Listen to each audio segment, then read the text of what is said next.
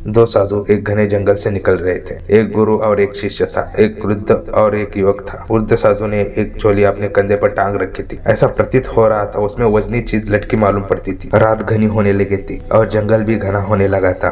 अंधेरी रात, घना जंगल, अकेला रास्ता, रास्ते पे कोई नहीं दिखाई पड़ रहा था। उस वृद्ध साधु ने अपने शिष्य से पूछा कि कोई डर तो नहीं, कोई भय तो नहीं। उस युवक को बड़ी हैरानी हुई। आज तक कभी गुरु ने यह नहीं पूछा कि कोई भय तो नहीं, और सन्यासी को भय कैसा, और जंगल में भी भय कैसा, मृत्यु भी आ जाए तो भय कैसा। युवा शिष्य चिंतित हुआ और बोला, क्या भय की बात है, कोई भय की बात नहीं है। और आगे बढ़े और रास्ता घना होता गया और रात बढ़ती चली गई और सन्नाटा और सुनसान। गुरु टिटक गया और उसने कहा, कुछ पता लगाया? मैंने तुमसे पूछ लिया था, कोई भय तो नहीं है। युवक और हैरान हुआ, परेशान हुआ। फिर वे और थोड़ी देर बाद चलते चलते वो कुएं के पास रुक गए। गुरु हाथ पैर धोने के लिए चले गए। तब गुरु ने अपना झोला निकाल के शिष्य के हाथ में दे दिया। शिष्य को शक होने लगा कि झोले में कुछ तो होना चाहिए, नहीं तो भय किस बात का। उसने झोले में हाथ डाला, देखा सोने की ईंट भीतर है। वो समझ गया भय कहाँ से है। उसने उस ईंट को जब तक गुरु पानी पी रहे थे तब तक उसने फेंक दिया। उसकी जगह उसने उसी वजन का एक पत्थर रख दिया। गुरु ने पानी पिया, झोला लेकर जल्दी से कंधे पर टांग दिया। झोले को थोड़ा टटोल कर देख लिया, ईंट अंदर थी। वो आगे चल पड़े। थोड़ी देर बाद घोड़े की चलने की आवाज पास में सुनाई देने लगे। फिर वृद्ध साधु ने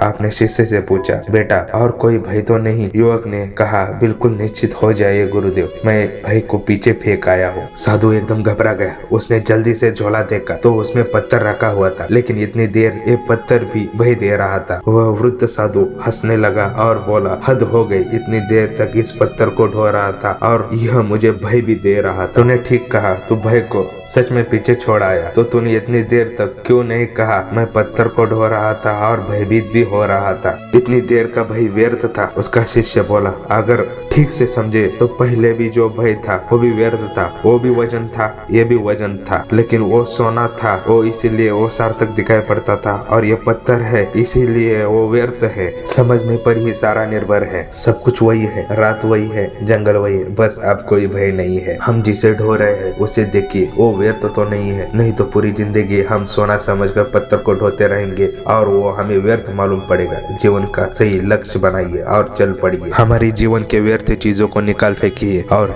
जीवन का सही लक्ष्य ही जीवन है। ऐसी जीवन की कहानियां सुनने के लिए हमें सब्सक्राइब कीजिए।